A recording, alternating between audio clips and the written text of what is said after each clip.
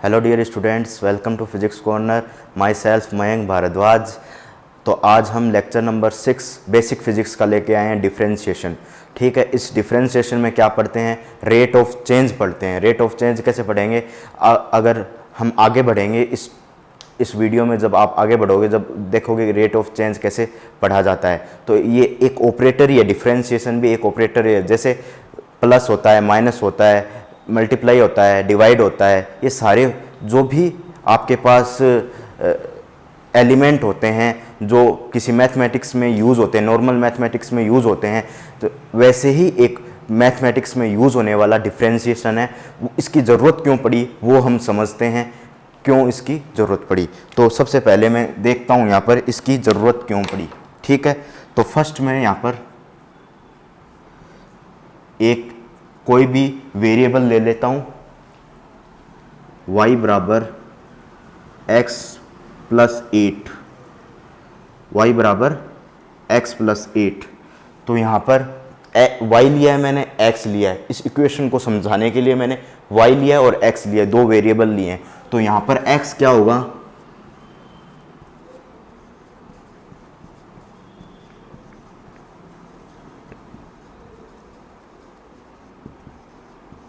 Independent variable होगा। x क्या होगा आपके पास? इंडिपेंडेंट वेरिएबल होगा। कैसे होगा समझेंगे।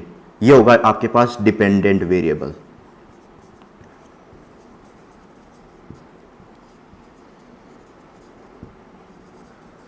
डिपेंडेंट वेरिएबल होगा, कैसे होगा वो समझेंगे। जैसे मैं x की वैल्यू कुछ भी रखूं, जैसे आपके पास x की वैल्यू मैं 0 रखूं, x की वैल्यू 0 रखूं, तो 0 रखूं, तो ये तो मेरी मर्जी से रखा है मैंने, x की वैल्यू 0। तो y की वैल्यू क्या आएगी? 8 आ जाएगी। 0 प्लस 8, तो y की वैल्यू क्या आ जाएगी? 8 आ जाएगी।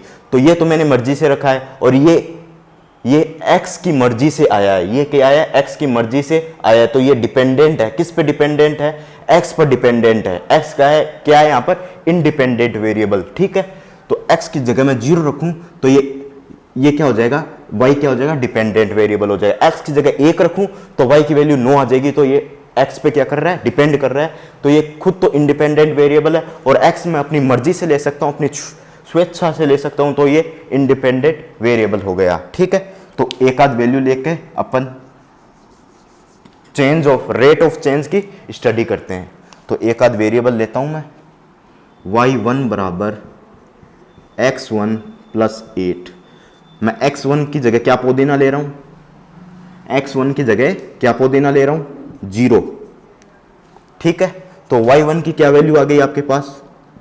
ये मैंने मेरी मर्जी से लिया है, तो y1 की क्या वैल्यू आ गई आपके पास? 8। ठीक है, ये आ गई आपके पास y1 की वैल्यू। अब मैं ले रहा हूं y2 बराबर x2 प्लस 8। तो x2 की जगह मैं क्या रख दूं? 1 रख दूं, तो y2 की वैल्यू क्या आ गई आपके पास? 8। ठीक है, ये आ गई आपके पास 8 नहीं 9। x1 की 1 रखी है ना, तो ये आपके पास 9 आ गई। ठीक है, y1 और y2 की वैल्यू आ गई। तो मैंने y1 और y2 में कितना चेंज हुआ, x1 और x2 रखने पर कितना चेंज हुआ, उसको मैं डेल्टा y लिख दूं। ठीक है, कितना चेंज हुआ?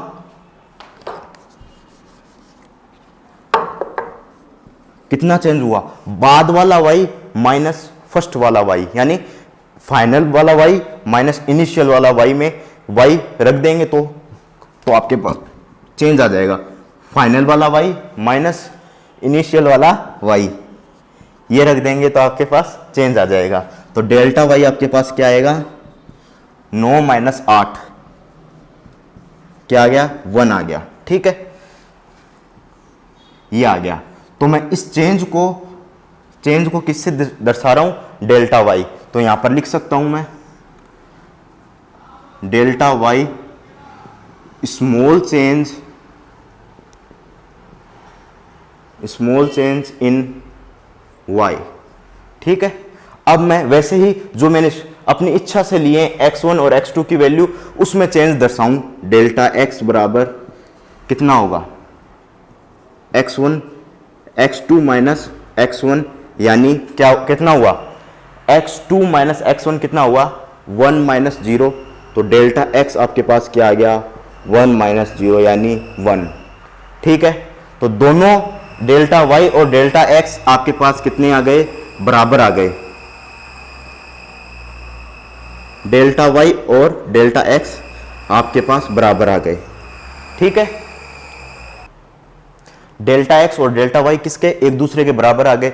जितना मैं इंडिपेंडेंट वेरिएबल यानी अपनी इच्छा से रख रहा हूं, जो वैल्यू x1 और x2 की अपनी इच्छा से रख रहा हूं, तो आपके पास y1 और y2 की वैल्यू डिपेंडेंट आ रही है, डिपेंडेंट वैल्यू आ रही है, तो ये अपनी इच्छा से नहीं आ रही है, अपनी इच्छा से आ रही है। ठीक है, तो ये दोनों का जो अंतर है, डिपेंडेंट वेरिएबल का अंतर है और इंडिपेंडेंट वेरिएबल का अंतर है, जिसको मैं डेल्टा y कह रहा हूं इंडिपेंडेंट वेरिएबल्स का अंतर, और डेल्टा x कह रहा हूं इंडिपेंडेंट वेरिएबल का अंतर, और डेल्टा y कह रहा हूं डिपेंडेंट वेरिएबल का अंतर। ये एक दूसरे के बराबर आ गए। ठीक है, यहां पर मैं इसको भी लिख सकता हूं, डेल्टा x क्या है आपके पास, स्मॉल चेंज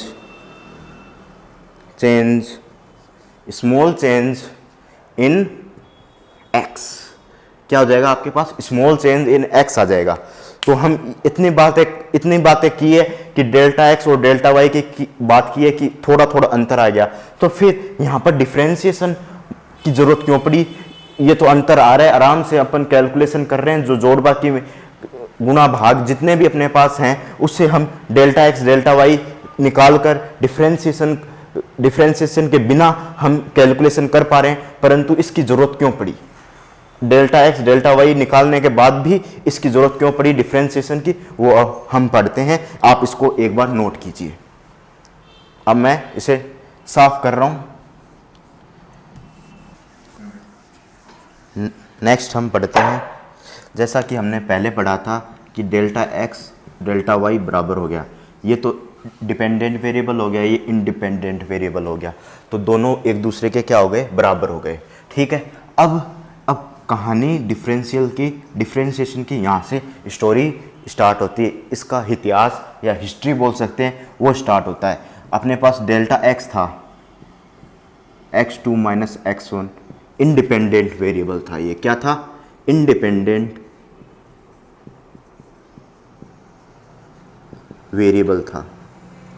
इंडिपेंडेंट यानी अपनी इच्छा से ले सकते थे, तो अपनी इच्छा से लिया, तो मैंने ऐसा ले लिया कोई अपनी इच्छा से, बहुत ही नेग्लिजिबल। दूसरा ले लिया, ये मैंने x, इसको मान लीजिए x1 ले लिया, तो इसको मैंने x2 ले लिया, x2 ले लिया। ठीक है, बहुत ही नेग्लिजिबल मैंने ये ले लिया।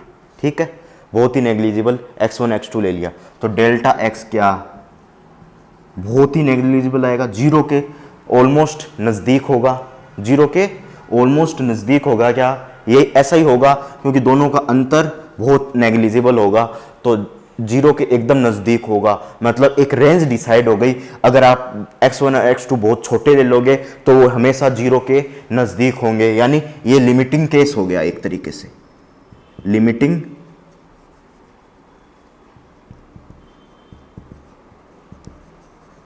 लिमिटिंग केस क्या हो गया, या ये आपका लिमिटिंग केस हो गया,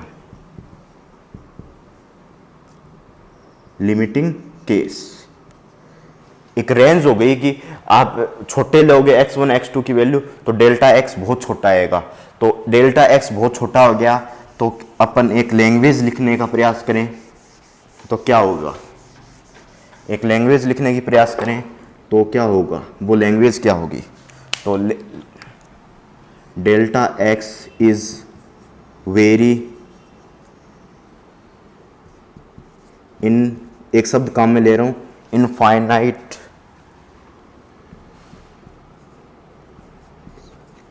इनफाइनाइटसमली delta x is infinitesimally small. ठीक है,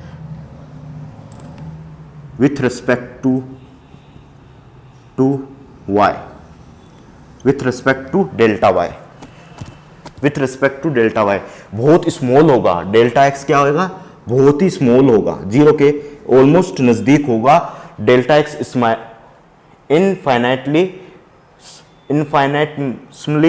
small with respect to delta y. This method, फिर लिख सकते हो this method can not correct to calculate delta y. अब ये डेल्टा वाई निकालने के लिए ये मेथड करेक्ट नहीं है, ये मेथड डेल्टा वाई निकालने के लिए करेक्ट नहीं है। ठीक है, क्यों करेक्ट नहीं है? क्योंकि डेल्टा एक्स भी जीरो की तरफ जा रहा है, तो आपके पास डेल्टा वाई भी जीरो की तरफ जाएगा। जो डेल्टा एक्स है स्मॉल है, किसके रिस्पेक्ट में? डेल्टा वाई के रिस्पेक्ट में बहुत ज्यादा स्मॉल है। ठीक है, डेल्टा वाई के रिस्पेक्ट में बहुत ज्यादा स्मॉल है, तो this method can not be correct to calculate delta y. तो ठीक है, तो इसको ऐसे नहीं लिख सकते। तो डेल्टा एक्स अगर आपके पास जीरो है तो हम इसको लिखेंगे, इसको अगर हम लिखें बहुत स्मॉल है तो इसको हम डी एक्स, इसको लिखते हैं डी एक्स। और क्या बेसिक पढ़ाऊँ मैं आप लोगों को, इसको डी एक्स लिख रहा हूँ मैं, डी एक्स। तो ये डी एक्स ऐसे मत लिख देना आप, D into x, not A D into x, this is D x. ठीक है, ये दोनों साथ में है। जैसे आपके पास टेन थीटा होता है, ये एक दूसरे के साथ में, वैसे ही डी इंटू एक्स आपके साथ में है। ठीक है, और delta y tends to zero, तो इसको लिख दोगे आप डी वाई यानी डी वाई। ठीक है, इस तरीके से डिनोट कर दोगे। तो अब डिफरेंशिएशन की यहां जरूरत पड़ी, क्योंकि दोनों ही जीरो की तरफ जा रहे हैं, तो हमें इसको डी एक्स और डी वाई ही लिखना पड़ेगा, जब भी हम कोई भी रेट ऑफ चेंज या रेट का पता कर सकेंगे। तो इसकी एप्रोप्रिएट डिफरेंशिएशन की एप्रोप्रिएट परिभाषा लिखें या डेफिनेशन लिखें तो क्या होगी?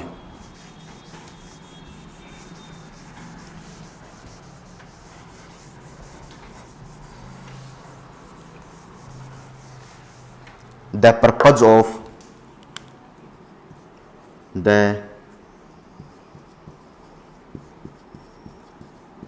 of differential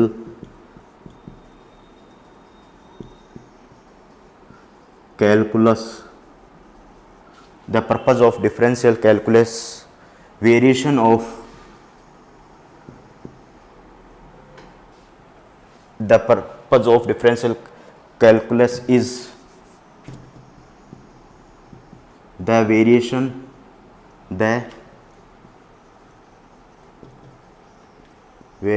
of amount of quantity, amount of one quantity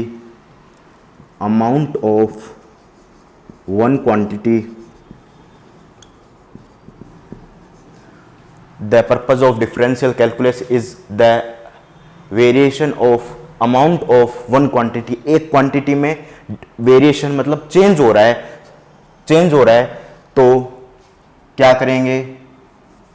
change हो रहा है, तो इस पर्पज को समझाने के लिए एक चेंज हो रहा है, एक तो क्वांटिटी आपके पास चेंज हो रही है, quantity amount of the differential calculus is the variation of amount of one quantity in nature, उसकी नेचर में चेंज हो रहा है। So quantity in nature with respect to, लिखो आप यहां पर, with respect to another, with respect to other quantity।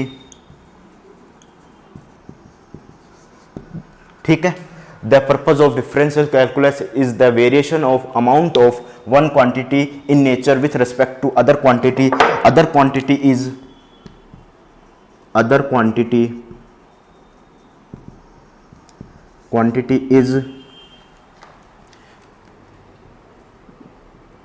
independently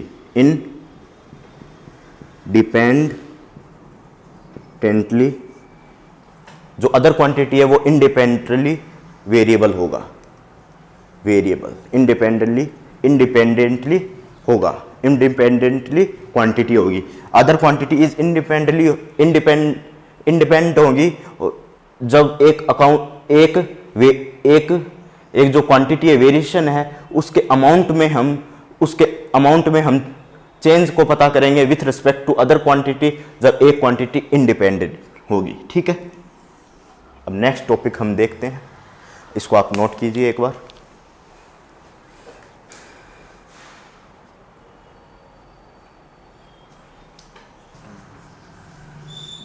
next हम टॉपिक पढ़ रहे हैं जो मैंने डिफरेंशियल कैलकुलेशन की एक डेफिनेशन बताई का, एक तो हमें चेंज करना है, एक वेरिएबल को तो चेंज करना है किसके रिस्पेक्ट में, एक अदर क्वांटिटी के रिस्पेक्ट में चेंज करना है, जो कि एक दूसरा अदर क्वांटिटी होगी वो इंडिपेंडेंट होगी, वो क्या होगी, एक इंडिपेंडेंट वेरिएबल होगी। उसके रिस्पेक्ट में हमें जो वेरिएशन करना है एक क्वांटिटी में हमें करना पड़ेगा। इस प्रकार की स्टडी को हम डिफरेंशियल कैलकुलेशन में स्टडी करते हैं। ठीक है, नेक्स्ट हम चर्चा करते हैं coefficient of y,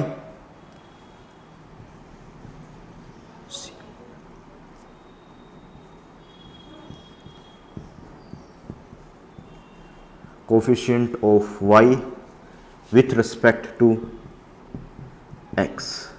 coefficient of y की स्टडी करते हैं विथ रिस्पेक्ट टू x। ठीक है, तो इसको कैसे स्टडी करेंगे,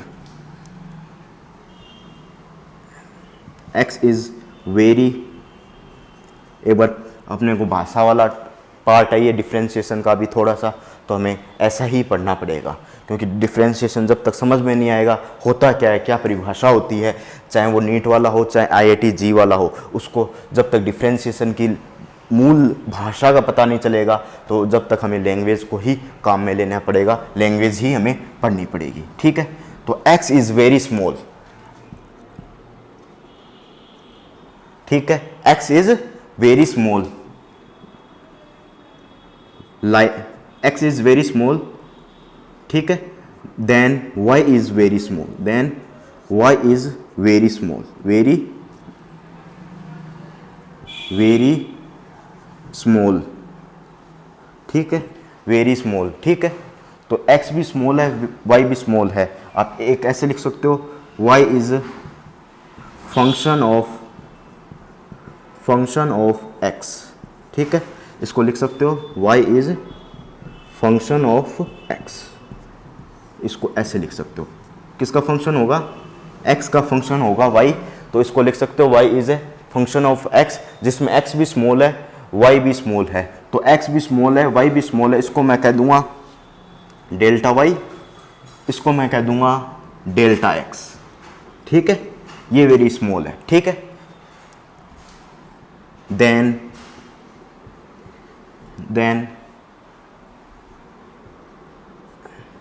change in x, then change in x is delta x and change in y is delta y। ठीक है, आपके पास यहां पर क्या हो जाएगा, then change in x delta x and change in y delta y। ठीक है, the ratio, आपको साफ दिखे तो मैं थोड़ा बड़ा बड़ा लिख रहा हूं, the ratio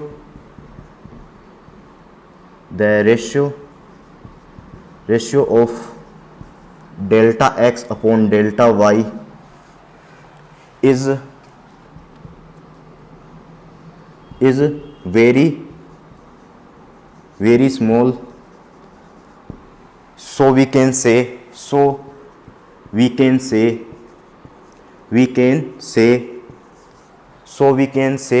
क्या कहेंगे, delta x upon delta y tends to 0 की तरफ जा रहे हैं। It is a limiting case,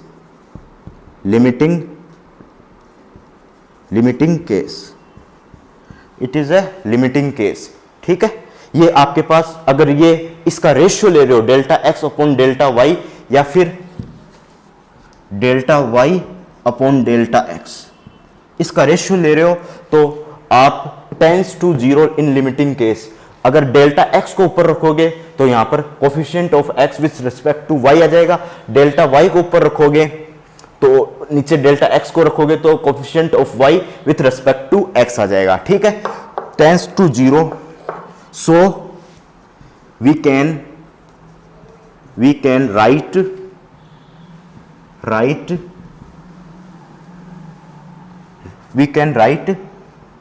as following. इसको हम कैसे लिख सकते हैं? We can write as following.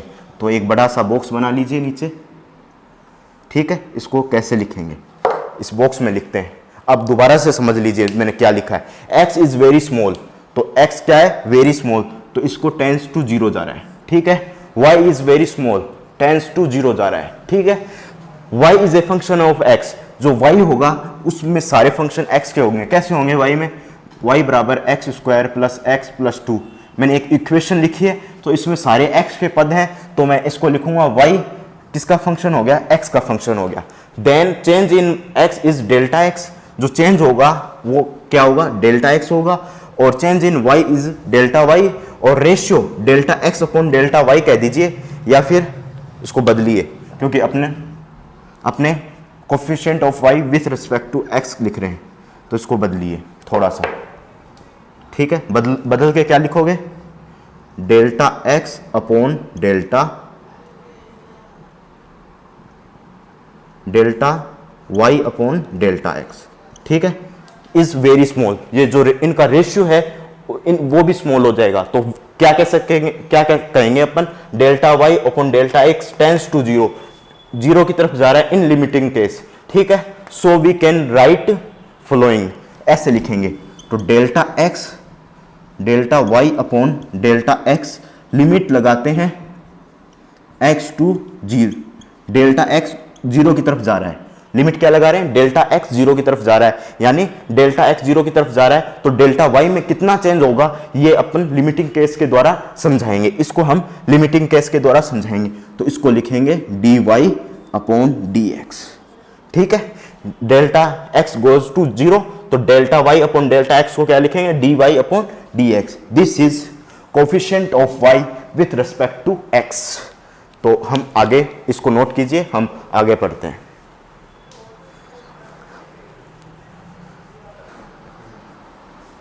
Next हम टॉपिक पढ़ रहे हैं, समझ में तो आ रहा है आप लोगों को? ये डेफिनेशन है सारी। ठीक है, जब तक आप डेफिनेशन नहीं करोगे तो डिफ्रेंशिएशन का कोई भी आपको मूल मीन पता नहीं चलेगा। डिफ्रेंशिएशन होता क्या है?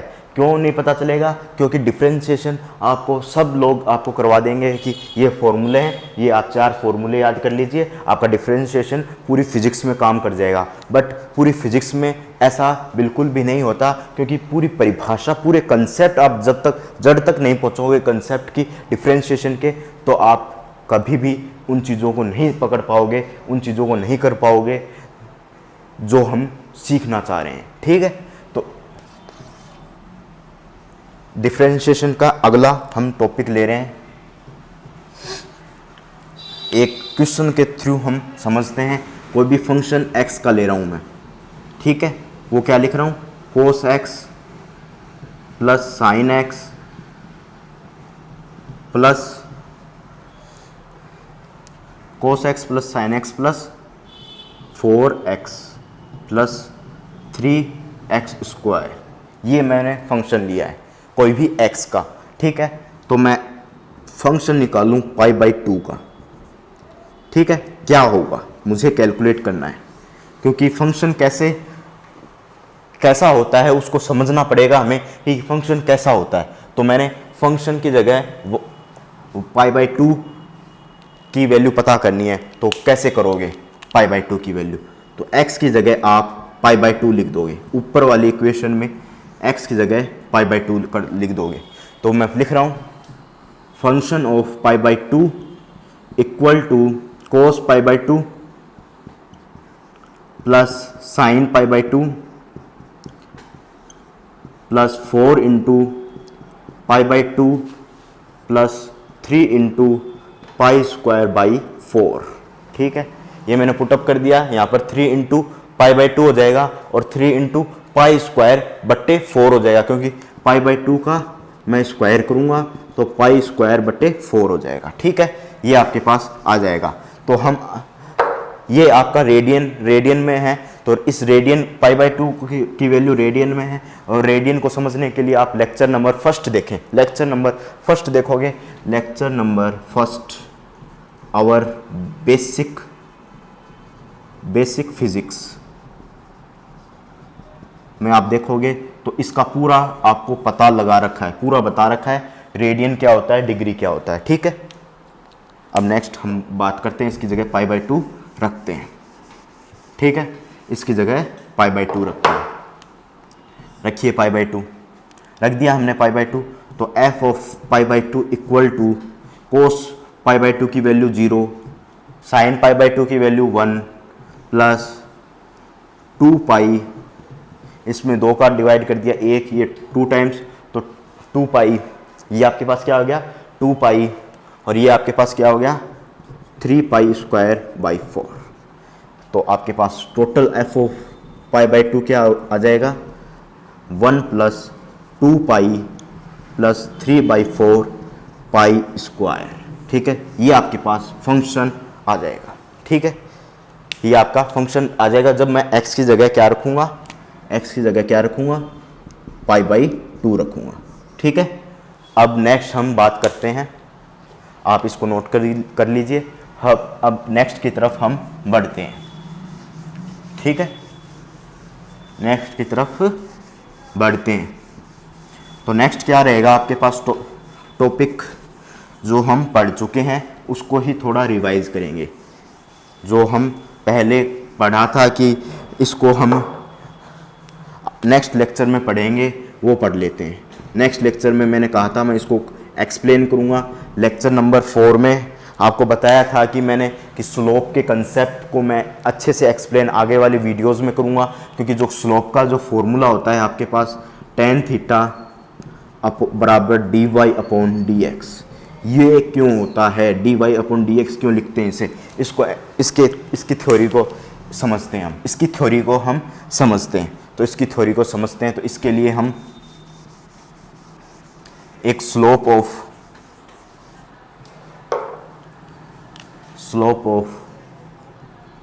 ले लेते हैं। स्लोप ऑफ लाइन जॉइनिंग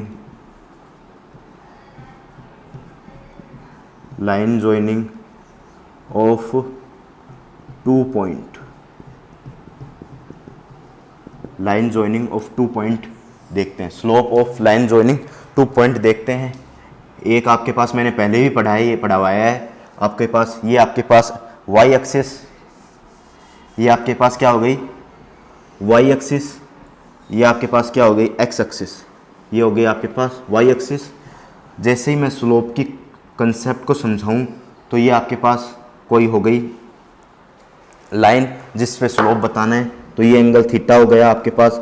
तो यहाँ पर पॉइंट कंसिडर कर लूँ a और b।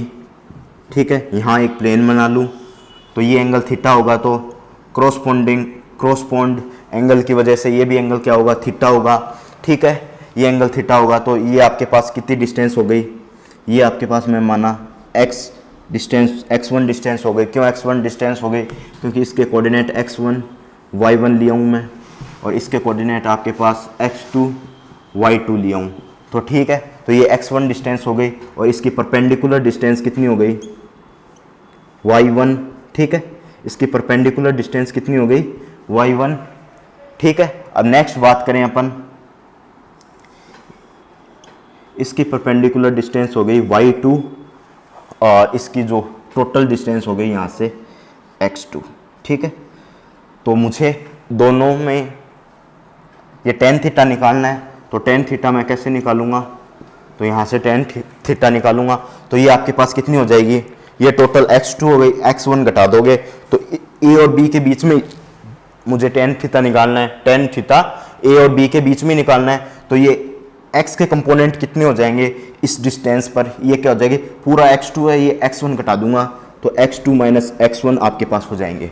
ठीक है, ये टोटल y2 है, तो y2 में से y1 घटा दूंगा तो आपके पास ये हो जाएगी, जो ये डिस्टेंस हो जाएगी आपके पास कितनी हो जाएगी y2 माइनस y1। ठीक है, तो आपके पास टेन थीटा क्या हो जाएगा, y2 minus y1 upon x2 minus x1।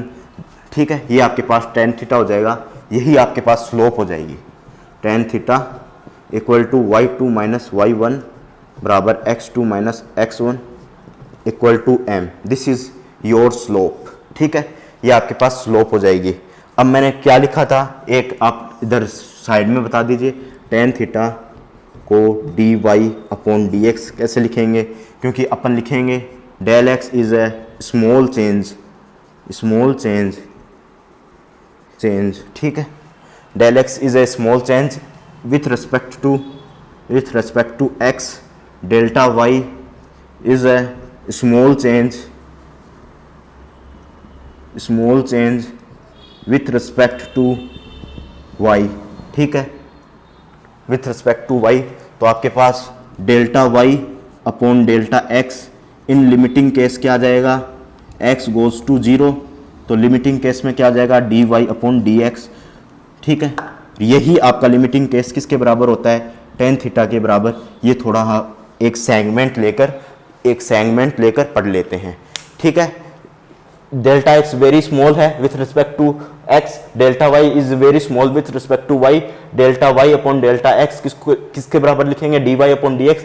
ये slope of line joining of 2 point में टेन थीटा के बराबर होगा, और ये आपके पास क्या होगी, total distance y2 minus y1, ये डिस्टेंस x2 माइनस x1, तो टेन थीटा यहाँ पर होगा y2 minus y1 x2 minus x1, तो टेन थीटा आपके पास होगा y2 minus y1 x1 minus x2 बराबर m। नेक्स्ट हम टॉपिक पढ़ते हैं, इसको आप नोट कर लीजिए, इसको आप नोट कर लीजिए।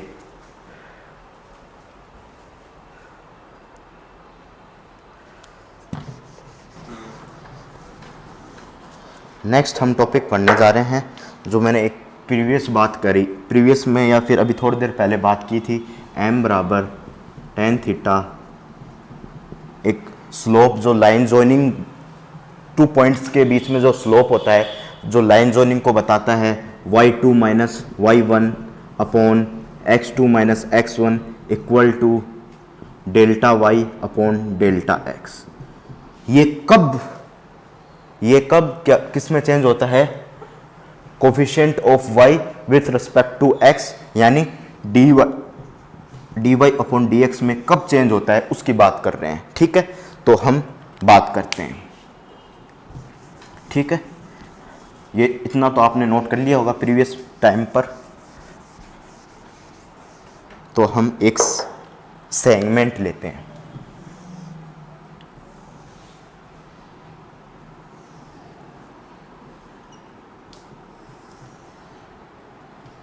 ये स्ट्रेट लाइन है, और एक हम यहाँ पर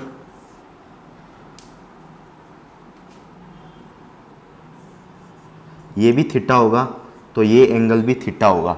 थीटा एंगल, ये एंगल किसके साथ मेक करेगा, theta angle makes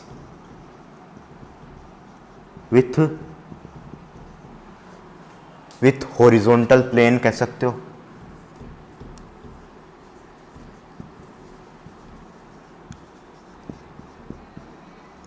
plane, this plane, अब इस प्लेन की बात कर सकते हो।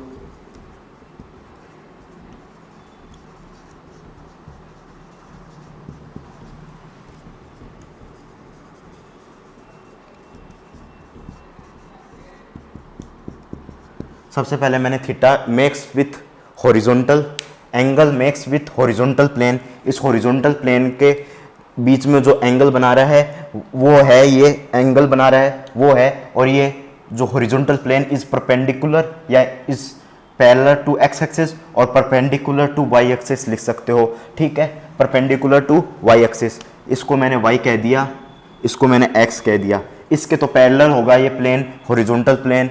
ठीक है, और ये एंगल थीटा होगा, कॉरस्पॉन्ड एंगल भी थीटा होगा। ये पॉइंट ए ले लिया मैंने, ये पॉइंट बी ले लिया। ठीक है, तो इस प्रकार के ए बी इज कॉल्ड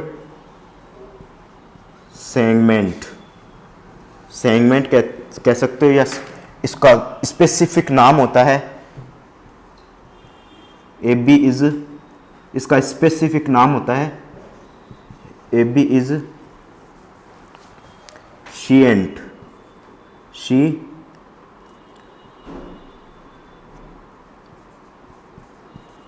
शीएंट, इसका स्पेसिफिक नाम है A B is called segment, A B is a secant, A is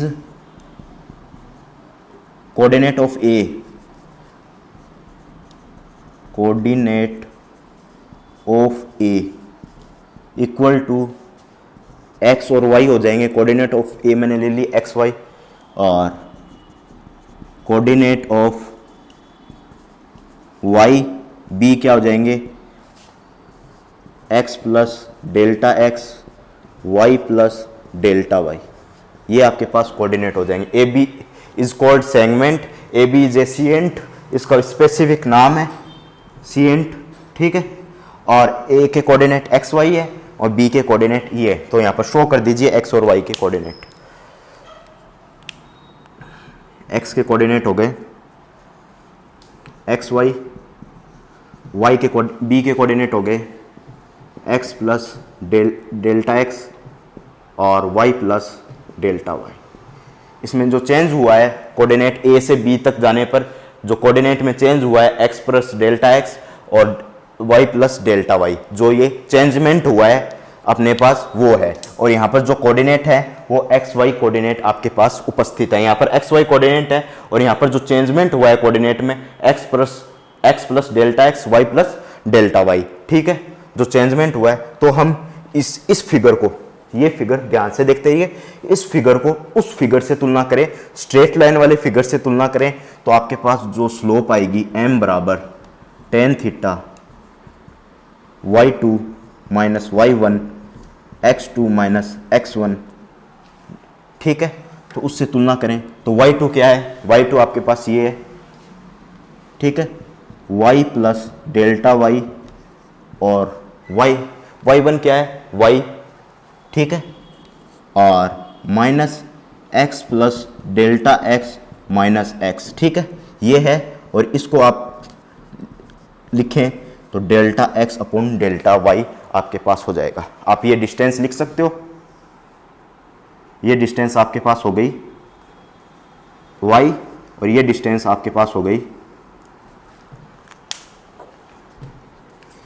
ये डिस्टेंस आपके पास क्या हो गई y हो गई, और ये डिस्टेंस, और ये टोटल डिस्टेंस आपके पास यहाँ से लेके यहाँ तक की y प्लस डेल्टा वाई, और ये डिस्टेंस आपके पास डेल्टा वाई हो गई, और ये डिस्टेंस आपके पास x हो गई। टोटल डिस्टेंस आपके पास यहाँ से लेके यहाँ x प्लस डेल्टा x हो गई। तो ये डिस्टेंस आपके पास, ये थोड़ा अलग रंग से लिखता हूँ, इसको लाल रंग से लिखता हूँ, ये आपके पास डिस्टेंस हो गई डेल्टा x, ठीक है, ये आपके पास डेल्टा x डिस्टेंस हो गई, ये आपके पास डेल्टा y डिस्टेंस हो गई, ये आपके पास डेल्टा x डिस्टेंस हो गई, और यहाँ आपने y2 कोऑर्डिनेट में से y1 कोऑर्डिनेट घटा दिया, तो y2 कोऑर्डिनेट क्या है आपके पास y plus delta y minus y1, ये कोऑर्डिनेट घटा दिया, ठीक है, ये आपके पास हो गया y2, ये आपके पास हो गया y1, ये आपके पास हो गया x1, ये आपके पास हो गया x2, ठीक है, ये हो गए। तो y2 माइनस y1, तो क्या हो गया आपके पास y plus delta y minus y delta y, x plus delta y delta x minus x delta y minus delta, जो रेशियो आ गया आपके पास delta Y upon delta x, जो आपके पास m आ गया। इस सेगमेंट की तो अपने बात कर चुके हैं, ठीक है, इस सेगमेंट की बात कर चुके हैं। नेक्स्ट हम बात करने जाएं, ठीक है, आप इतना उतार लीजिए। नेक्स्ट हम बात करने जाएं तो देखिए आप नेक्स्ट बात, इसको आप उतारिए, इसको यहाँ पर आप लिख सकते हो परपेंडिकुलर टू वाई एक्सिस। जो प्लेन होगा ना, जिस प्लेन की बात कर रहे हैं, जिस प्लेन की हम बात कर रहे हैं वो परपेंडिकुलर टू वाई एक्सिस होगा, और हॉरिजॉन्टल प्लेन है जो पैरेलल टू एक्स एक्सिस होगा। जो ये प्लेन है, मैंने ये जो प्लेन लिया है ये प्लेन, ठीक है। अब नेक्स्ट बात कर लेते हैं, m बराबर delta y upon delta x आ चुका है, जो कि tan थीटा के बराबर है, और नेक्स्ट हम बात करते हैं, ठीक है।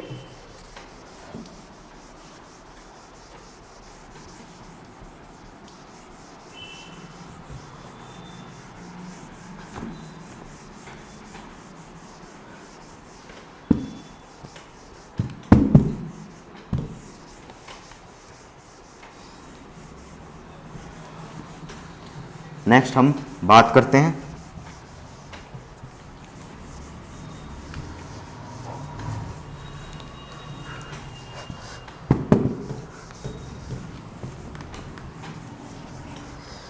ठीक है। नेक्स्ट हमारे पास जो बात थी, ये आपके पास एक्स एक्सिस हो गया, ये आपके पास वाई एक्सिस हो गया। अब जो अपने पास बात आई थी पिछले टाइम, वो आई थी टेन थीटा बराबर, जो अपने पास बात आई थी पिछली बार, टेन थीटा बराबर delta Y upon delta x, ठीक है। ये आपके पास बात आई थी। तो इस बात को हम D Y upon D X यानी coefficient of Y with respect to X बनाने की कोशिश करते हैं, ठीक है। वही आप सेगमेंट ले लीजिए, ये आपके पास एंगल थीटा, ये ए, ये बी पॉइंट, ठीक है। ये आपके पास x प्लस डेल्टा एक्स, ठीक है, x प्लस सॉरी ये आपके पास x और y कोऑर्डिनेट, ठीक है। और ये आपके पास कोऑर्डिनेट हो गए x plus delta x, y plus delta y, ठीक है। ये कोऑर्डिनेट हो गए और सेगमेंट आप बनाओगे, ऐसा सेगमेंट बनेगा, ठीक है।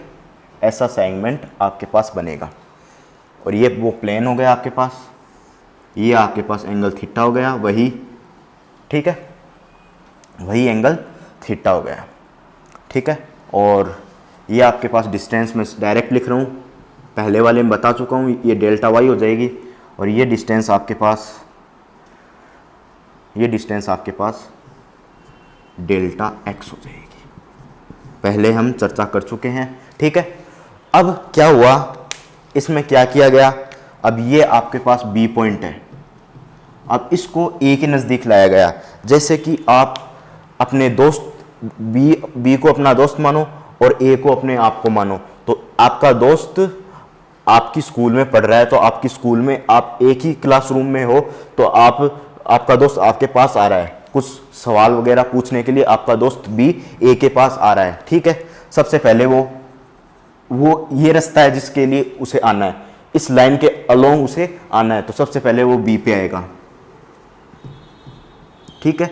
तो डेल्टा वाई आपके पास इतना हो जाएगा, ध्यान से देखते रहिए, डेल्टा वाई आपके पास इतना हो जाएगा, कितना हो जाएगा, डेल्टा वाई छोटा हो जाएगा, पहले वाले डेल्टा वाई से डेल्टा वाई छोटा हो जाएगा, इससे डेल्टा वाई डैश कह दूं, फिर और पास में आया और डेल्टा वाई आपके पास क्या हो गया, छोटा हो गया, ठीक है, डबल डैश बोल दूं इसको, और आपके पास में आया और आपके पास डेल्टा वाई ट्रिपल डैश बोल दूं, बहुत छोटा हो गया।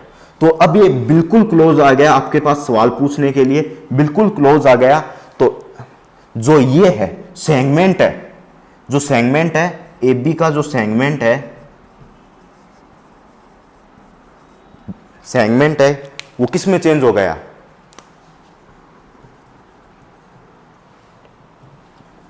जो ए बी का सेगमेंट है जो चेंज किस में हो गया, change become in tangent, become in tangent. जो ए बी का सेगमेंट है वो टेंजेंट में बदल चुका है। क्यों बदल चुका है, क्योंकि डेल्टा वाई डिस्टेंस छोटी हो रही है, वैसे वैसे आपके पास triple dash, delta triple dash छोटा हो रहा है, और यहां पर डेल्टा आपके पास हो गया डबल डैश, ठीक है, ये आपके पास डबल डैश हो गया, ये आपके पास डेल्टा डैश हो गया। तो ये भी आपके पास छोटा हो रहा है और ये भी आपके पास छोटा हो रहा है, तो A B segment becoming a tangent. Tangent कैसे हो गया, जैसे ए बी सेगमेंट बहुत छोटा हो गया आपके पास, ठीक है, ए बी सेगमेंट बहुत छोटा हो गया। कैसे हुआ ए बी सेगमेंट बहुत छोटा, वो देखोगे, ये आपके पास सेगमेंट है, ये बिंदु आपके पास बी है, इस अब एक इस प्लेन इस लाइन पे माने ए बी बिंदु, अब रास्ता ये कर दीजिए, इनका ये रास्ता कर दीजिए, ए बी का रास्ता ये कर दीजिए। तो ए आपके पास ये बी ए पॉइंट है, ये बी पॉइंट है, ये रास्ता किया था अपने पास, एक बार पाथ किया था, अब ये वाला पाथ कर दीजिए। तो ए बी सबसे पहले यहाँ आएगा, फिर यहाँ आएगा, फिर यहाँ आएगा, फिर यहाँ आएगा, और ये आएगा यहाँ सवाल पूछने, इस रास्ते से आएगा। तो ये आपके पास, मगर बिल्कुल पास में आ गया तो एक टेंजेंट खींचने का प्रयास करूं इन दोनों बिंदु के बीच में। जी बहुत पास में आ गया तो टेंजेंट खींचने का प्रयास करूं तो एक स्ट्रेट लाइन आएगी, उसको मैं टेंजेंट कह दूंगा। उसको क्या कह दूंगा?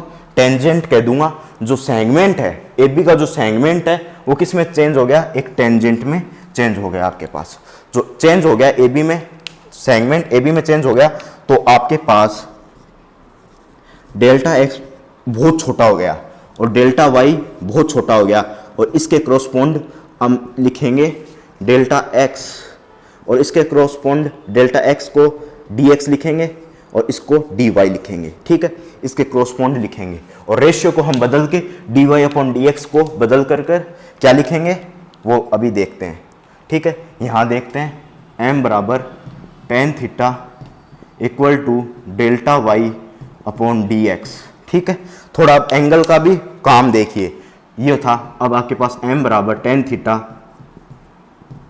बराबर delta Y upon delta x.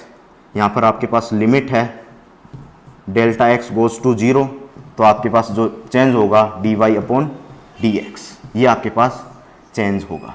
ठीक है, ये आपके पास चेंज होगा। m tan theta delta Y upon delta x बहुत जीरो की तरफ जा रहा है, डेल्टा एक्स जीरो की तरफ जा रहा है, dx बन जाएगा। अगर डेल्टा एक्स जीरो की तरफ जा रहा है यानी लिमिट लगा दी मैंने इन लिमिटिंग कंडीशन,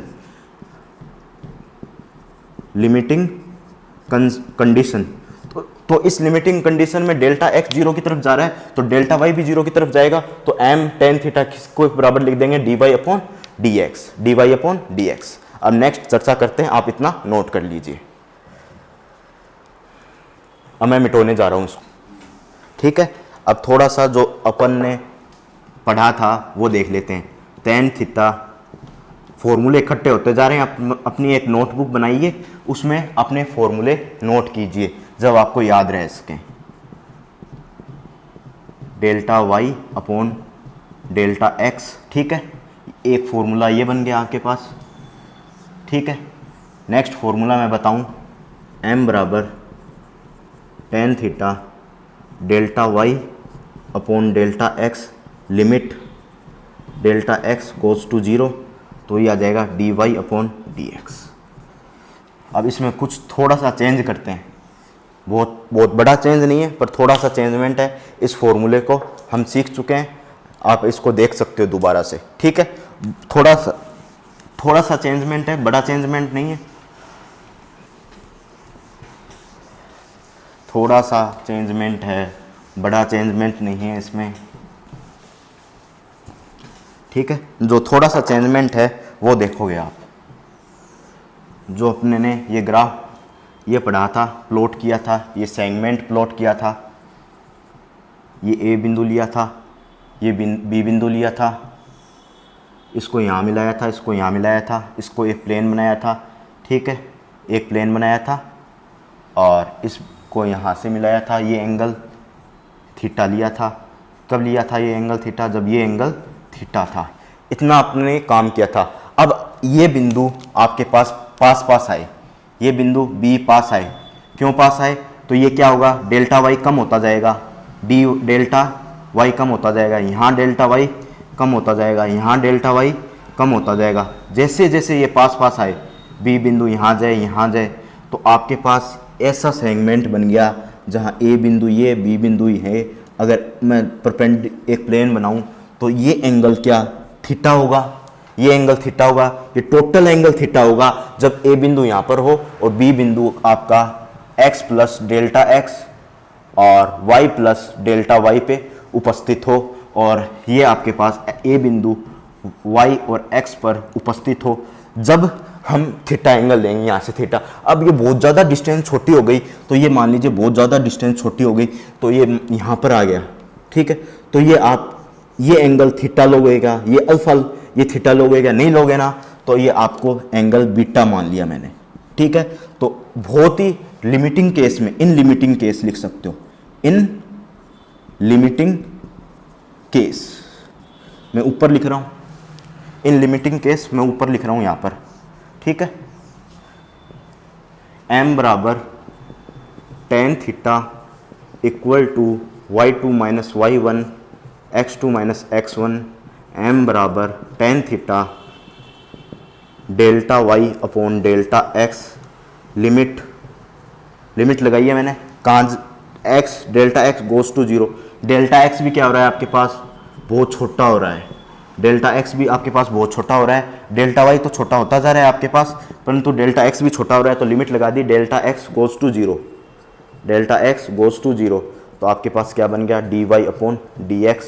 अब इस एंगल को थीटा न कह के बीटा कह दीजिए, इस एंगल को थीटा न कह के बीटा कह दीजिए, इस एंगल को थीटा न कह के बीटा कह दीजिए।